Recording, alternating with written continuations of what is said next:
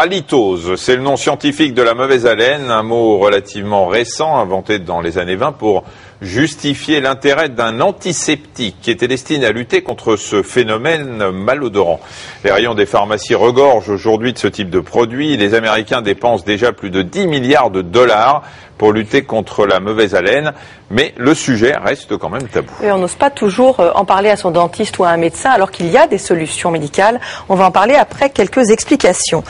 D'abord pour vous dire que les responsables, ce sont les bactéries. On en a tous dans la bouche, une quantité normale de bactéries que l'on appelle anaérobies, c'est-à-dire qu'elles n'ont pas besoin d'oxygène pour vivre et pour se multiplier.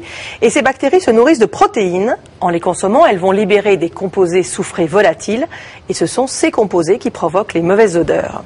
Alors ces bactéries se cachent entre les dents ainsi qu'au fond de la langue, Michel. Voilà, on va voir sur, si vous voulez bien me passer ce schéma. Ça vient. Ce qu'on appelle le fond de la langue, c'est la base de langue. Quand vous tirez la langue, on le verra tout à l'heure, c'est vraiment ce que vous voyez. C'est pas la peine de descendre jusqu'ici. Alors à cet endroit, il y a moins de salive. Or, la salive joue en partie le rôle de nettoyant antibactérien, donc un brossage des dents insuffisant, une alimentation trop riche en protéines et tout ce qui entraîne une sécheresse de la bouche va favoriser la multiplication de ces bactéries et la production de ces fameux composés sulfurés responsables en partie de la mauvaise haleine. Les caries, les atteintes de la gencive comme la formation d'une poche, vous voyez ici une poche parodontale, font aussi partie des causes de l'halitose. Alors ce ne sont pas les seules raisons. Vous allez le voir, des amygdales peuvent également être en cause. Vous allez voir ce qu'on appelle, si vous pouvez me montrer Michel si vous voulez, des cryptes, voilà, les petits trous à la surface. Et on va voir dessus qu'il y a des points blancs qui vont venir se former, qui vont apparaître. Ce ne sont pas des résidus alimentaires. Ça traduit un problème d'évacuation des cellules mortes de l'amygdale. L'amygdale, c'est comme la peau, ça se régénère en profondeur et les cellules mortes s'éliminent en surface. Et quand elles ne sont pas évacuées, eh bien les cellules mortes vont s'accumuler dans ces cryptes, pourrir et libérer une mauvaise odeur. Autre cause de la halitose qui se situe plus haut, Michel, ce sont les sinus. Oui, j'y retourne.